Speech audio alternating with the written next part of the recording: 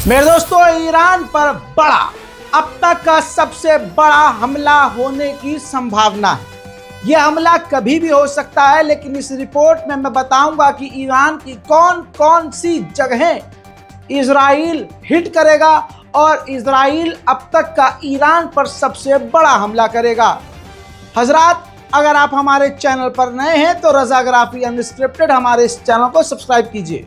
दोस्तों, CNN और war expert के मुताबिक 10 जगह, और हमारे जो ईरानियन कॉन्टैक्ट्स हैं उनसे भी हमने वेरीफाई किया है, तो ईरान में इसी चीज़ की हलचल है कि इन जगहों पर इजराइल हमला करेगा।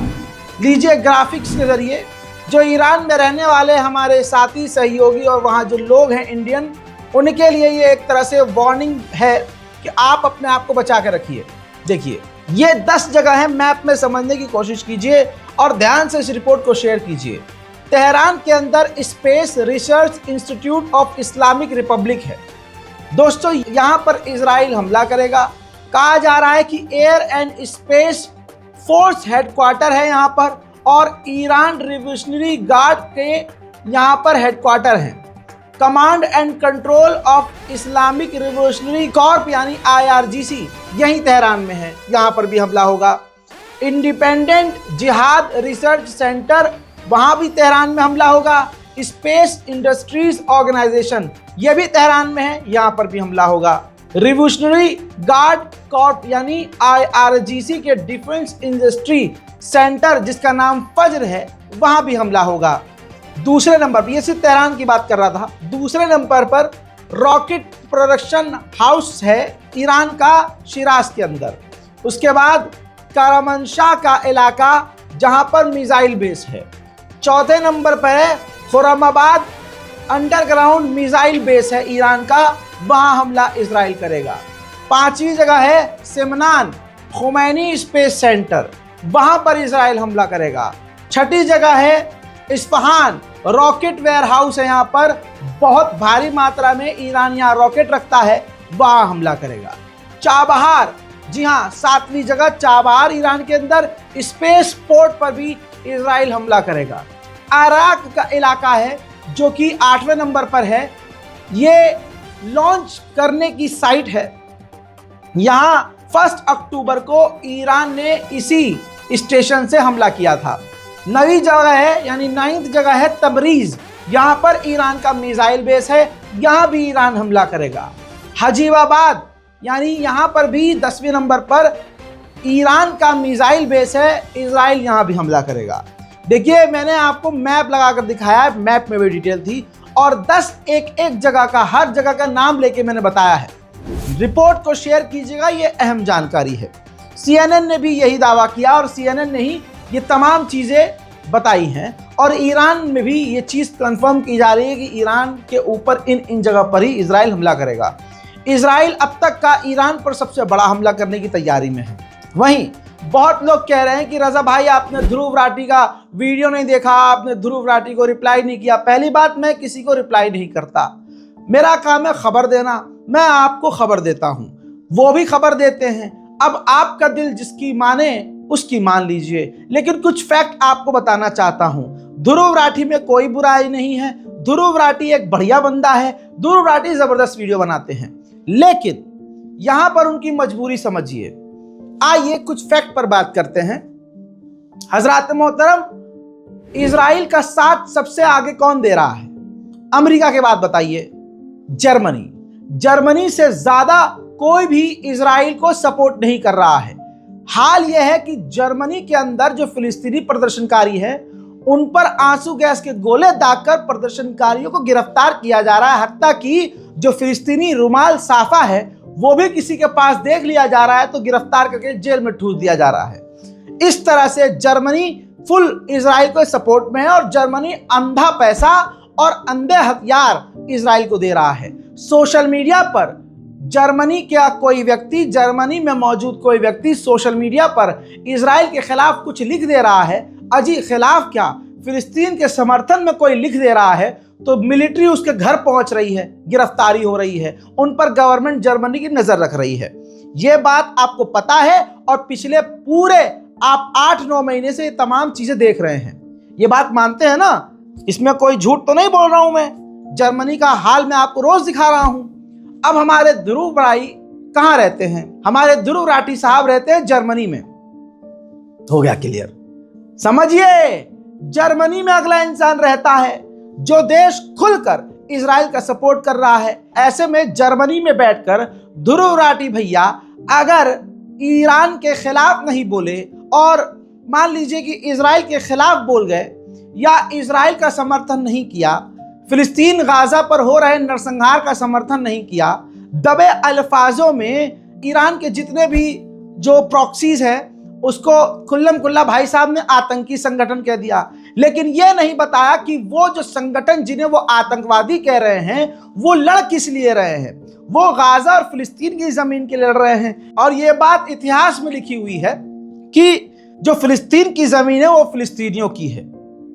अब हिंदू समुदाय यहां पर चिढ़ न जाए मुझसे, तो आपको बता दूं कि पूर्व प्रधानमंत्री हमारे माननीय अटल बिहारी वाजपेयी ने अपने वक्त में साफ कहा था प्रधानमंत्री रहते हुए कि फिलिस्तीनियों की जमीन, अरब की जमीन अरबियों की है। इजराइल को, यहूदियों को वहां से निकलना होगा। बहुत फाइल फोटो दिखाते हैं ना, तो ये फोटो देखिए, ये वीडियो देखिए।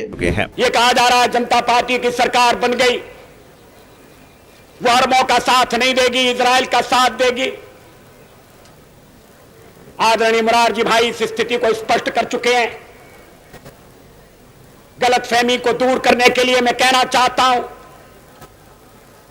कि हम हर एक प्रश्न को गुण और अवगुण के आधार पर देखेंगे, लेकिन मध्य पूर्व के बारे में यह स्थिति साफ है कि अरबों की जिस जमीन पर इजराइल कब्जा करके बैठा है वो जमीन उसको खाली करना होगी। आक्रमणकारी आक्रमण के फलों का उपभोग करे, ये हमें अपने संबंध में स्वीकार नहीं है, तो जो नियम हम पर लागू है वो औरों पर भी लागू होगा। सुन लिया? ये बीजेपी के नेता पूर्व वरिष्ठ प्रधानमंत्री रह चुके हैं। कौन नहीं जानता अटल बिहारी वाजपेयी को? तो यानी जब से मैं और ध्रुव राठी पैदा न हुए, जब से इजराइल का नामो निशान नहीं था, कई देश बने भी नहीं थे, फिलिस्तीन तब से है। लेकिन हमारे ध्रुव राठी भाई ने यह बात नहीं कही, बल्कि यूं कह दिया कि ये आतंकी संगठन है और जो इजराइल पर हमला कर रहे हैं। वजह नहीं बताई। समझ रहे हो क्यों अब ये सब चीजें क्यों करनी पड़ रही है ध्रुव भाई साहब को?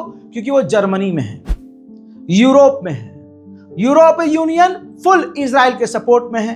देखिए, मेरी दुश्मनी किसी से नहीं है, उसके काम की पूरी इज्जत है, लेकिन कुछ फैक्ट बता रहा हूं, कुछ तो मजबूरियां रही होंगी, यूं कोई बेवफा नहीं होता। आइए अब आगे बढ़िए। हम ध्रुव भाई की सारी भावनाओं को समझते हैं। ध्रुव भाई जर्मनी में बैठकर मोदी सरकार को खूब गालियां बके, खुद दूसरों को रेले अच्छे से, जो भारत के नेता हैं, बीजेपी हैं, विपक्षी हैं, कोई भी हैं, तो बाहर बैठकर शेर बन रहे हैं। और जब इन पर आलोचना होती है तो चुपके से आते हैं, सुमड़ी में आते हैं, इंडिया गेट पर फोटो खिंचाते हैं, वीडियो बनाते हैं और चले जाते हैं। फिर वहां जर्मनी में आकर वीडियो पोस्ट करते हैं, हाँ मैं आया था दोस्तों, कोई कुछ नहीं कर पाया दोस्तों, मैं किसी से नहीं। अरे मेरे भैया, जर्मनी में हम भारत में रहकर 56 केस झेलकर, रोज कोर्ट कचहरी और पुलिस का चक्कर लगाकर फिर भी सच बोल रहे हैं, तो कोई तो फर्क होगा। लेकिन I love you Dhruv Rathee, क्योंकि आप जिस देश में रह रहे हैं, जहां की नागरिकता आपने शायद ले ही रखी है, भाई पत्नी भी विदेशी है, तो कोई बात नहीं है, पर्सनल हमें नहीं होना है, लेकिन ध्रुव राठी की बात को हमें समझना होगा, उन भाई की हमें प्रॉब्लम समझनी होगी। बंदा जेन्युइन है, अच्छी वीडियो बनाता है, अच्छा कंटेंट है, हमारे मुल्क के लिए, अल्पसंख्यकों के लिए फैक्ट बोल रहे हैं, अच्छी बात बोल रहे हैं। लेकिन इजराइल और फिलिस्तीन के मुद्दे पर जो हमारे अपने लोग, भारत के कुछ लोग जो बहुत ज़्यादा हर्ट हो गए हैं, मैं उनको कहूँगा कि समझो यार, वो जर्मनी में रह रहा है और भविष्य उनको वहीं गुजारना है। उनके काम ऐसे हैं कि भारत वो आएंगे तो उनको प्रॉब्लम होगी, तो उनको पूरी ज़िंदगी वहीं बसानी है, वहीं गुजारनी है, वहीं गुजरना है। तो भाई इस चीज़ को हमें समझना होगा। साथ ही यूरोपीय यूनियन ने अगर कोई कदम उठा लिया तो चैनल ही बंद हो जाएगा। अब सोचिए, मेरा तो एक छोटा सा चैनल है, बीच में डिलीट हुआ था, समझ में नहीं आ रहा था क्या करूं। उन भाई का इतना बड़ा चैनल है, कुछ ऊंच नीच हो गई क्योंकि यूरोपीय यूनियन के जो लॉ हैं वो यूट्यूब वाले वहां के लिए अलग हैं, भारत के लिए अलग हैं, रीजन के हिसाब से, इलाकों के हिसाब से यूट्यूब के लॉज भी अलग हैं। इसलिए वो भाई बेचारे खुलकर सपोर्ट नहीं कर सकते। समझा करो, उन्हें इजराइल और जर्मनी की ही जबान बोलनी पड़ेगी। अब समझिए, इजराइल के आईडीएफ के कमांडर ने कहा है, क्योंकि देखिए मैंने कहा ना ईरान पर बहुत बड़ा हमला होगा, उन्होंने साफ कहा है ईरान का हाल हम ऐसा करेंगे जैसा गाजा और लेबनान का है। הפעולה של חיל האוויר גם בהתקפה גם בהגנה מקנה חיים לאזרחי מדינת ישראל. האיראנים לא גירדו אפילו את היכולות של חיל האוויר. אין אף טייסת שנפגעה, אין אף מטוס שנפגע, אין אף מסלול שלא מאפשר המראה ואין שום פגיעה ברציפות שלנו. ומי שחושב שדרך ניסיון לפגוע בישראל הוא ירתיע אותנו מלהגיב, שיסתכל על מה קורה בעזה ועל מה קורה בביירות. הדברים הם ברורים מאוד, ולחיל האוויר יש אחריות מאוד משמעותית בתוך העניין הזה. ואנחנו חזקים גם בהגנה וגם בהתקפה, ואנחנו נביא את זה לידי ביטוי. בדרך שנבחר, בזמן שנבחר, במקום שנבחר, והדברים האלה הם עבורנו, ממני ועד לכל מי שנמצא כאן, לא רק अमीरा। हजरात, एक बुरी खबर यह है, IRGC के एक टॉप कमांडर जो हसन नसरुल्लाह के करीब थे और लेबनान में मौजूद थे, और ये हाशिम सालेह अल-दीन के साथ थे बंकर में, उसी जगह इजराइल ने एयर स्ट्राइक किया तो हाशिम सालेह अल-दीन के तो खबर है कि वो मारे गए। इनका बहुत डाइसी था। अब ईरान के 2 ऑफिशियल ने कहा है कि उनकी शहादत हो गई है, वो मारे जा चुके हैं, और ये बहुत टॉप कमांडर थे। जी हाँ, ईरान के सुप्रीम लीडर के काफ़ी करीब थे और ईरान में बहुत ही हाई लेवल के कमांडर थे जो इजराइल के खिलाफ सख्त फैसला लेने में वक्त नहीं लगाते थे, मारे गए हैं। और कंप्लेंट ये आई है ईरानियों के द्वारा और जो लेबनान में लोग हैं कि जिस जगह इजराइल ने एयर स्ट्राइक करके इनको कत्ल किया वहाँ मलबा साफ नहीं करने दे रहे हैं इजराइली, यानी इजराइल की मिलिट्री मलबा हटाने नहीं दे रही है, जिसकी वजह से इनकी लाश और भी जो लोग मारे गए हैं उनकी लाश अभी भी मलबे में दबी हुई है। हजरात, अब ईरान पर यह चीज़ क्लियर है, बड़ा हमला होगा, लेकिन दुश्मन के सीने में भी खौफ है। ये मैं आपको सैटेलाइट इमेज दिखा रहा हूं। ईरान के आसपास के इलाके में अमेरिका का जासूसी विमान 24 घंटे घूम रहा है। और एक और बड़ी खबर आपको देता चलूं, हजरात, ईरान के अंदर 4.5 से कम या 4 पॉइंट से ऊपर 1-2 पॉइंट भूकंप आया तीव्रता का। कहा जा रहा है कि ईरान ने अंडरग्राउंड परमाणु बम का परीक्षण किया है, ऐसा अनुमान लगाया जा रहा है, क्योंकि ज़मीन के अंदर अगर परमाणु टेस्ट किया जाता है तो 4.5 से लेकर 4.67 तक जो है परमाणु कंपन यानी धरती का कंपन महसूस होता है। वहीं मेरे दोस्तों, ईरान की जो मिसाइल्स हैं वो मूवमेंट करती हुई नजर आ रही हैं। ईरान बॉर्डर के इलाकों पे और सेंटर के इलाकों पे लगातार अपनी मिसाइलें भेज रहा है, वो भी देखिए।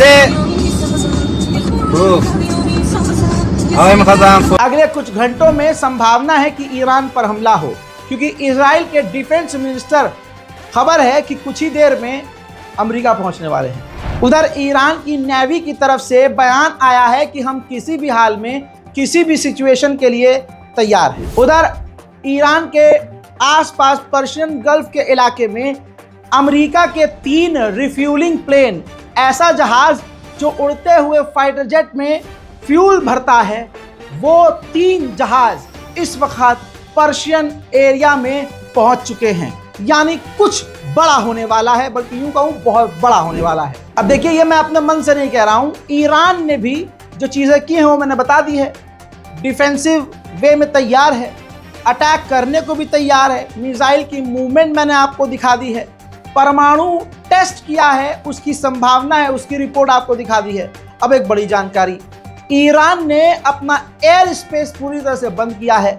तमाम ईरान आने और ईरान से जाने वाली फ्लाइट्स रद्द है। मेरे दोस्तों, उधर ईरान के supreme leader Ayatollah Syed Ali Khamenei ने उस कमांडर को अवार्ड दिया जिसकी कमांड में ईरान ने इजराइल पर हमला करके पूरे इजराइल को हिला दिया। 90% ईरान के हमले कामयाब रहे और इजराइल के एयरबेस तक को नुकसान पहुंचा। वहीं यूएन के अंदर रशियन प्रवक्ता ने कहा, रूस के प्रवक्ता ने कहा कि अब यह क्लियर हो गया है कि इजराइल की जो लीडरशिप है यानी नेतन्याहू है, क्लियर है कि वो ईरान और अमेरिका की सीधी जंग करवाना चाहता है। Another dangerous illusion is that Israel, having a considerable military supremacy, it plans to deal with the crises they provoked on themselves. It is becoming increasingly clear that the plans of the Israeli leadership is to pay any price so as to trigger a conflict between their main Iran and the United States. It's difficult to say whether Washington understands this, but so far this show has been going on following the Israeli script. And if it reaches its finale, the conflict can reach an unimaginable level of escalation and will threaten not just the Middle East, but the entire world. We are convinced that it is in our interest to prevent such... वहीं America नहीं चाहता है कि Iran पर इतना बड़ा हमला हो कि ये जंग खतरनाक हो जाए और कई मुल्क फिर ईरान के साथ हो जाए और उसकी और बदनामी हो। ऐसे में अमेरिका ने कहा है इजराइल से कि जो हम आपको लिस्ट दे रहे हैं, जो एक लिमिटेड अटैक होगा लेकिन बड़ा होगा, जो हमारे हिसाब से आप हमला करोगे तो हम आपको मिलिट्री सपोर्ट भी देंगे और उसका पूरा खर्चा भी उठाएंगे। सबसे बड़ी बात यह है, खबर यह है मीडिया में कि ईरान पलटवार करने को तैयार है। ईरान सिर्फ अपना बचाव करने को नहीं बल्कि पूरी तरह से पलटवार भी करने को तैयार है। वहीं इजराइल के पूर्व प्रधानमंत्री ने भी कह दिया है कि हमें ईरान के न्यूक्लियर साइट पर अटैक करके तबाह कर देना चाहिए। हजरात, ये वो खबरें हैं जो बहुत बड़ी हैं और कुछ भी हो सकता है। इसके लिए मैं डिले नहीं कर सकता था, इसलिए देर रात को ये अपडेट दे रहा हूं। अगर आप ये सुबह देख रहे हैं तो इसमें आपका फॉल्ट है, हमारी टीम का नहीं। उम्मीद करता हूं कि आप हमारे चैनल से जुड़ चुके हैं और इंतजार करेंगे हमारे अगले अपडेट का। चैनल को सब्सक्राइब कीजिए। अपनी राय आपको क्या लगता है कमेंट सेक्शन में जरूर लिखिए। मैं हूं रजा और आप देख रहे थे रजा ग्राफी अनस्क्रिप्टेड। जय हिंद।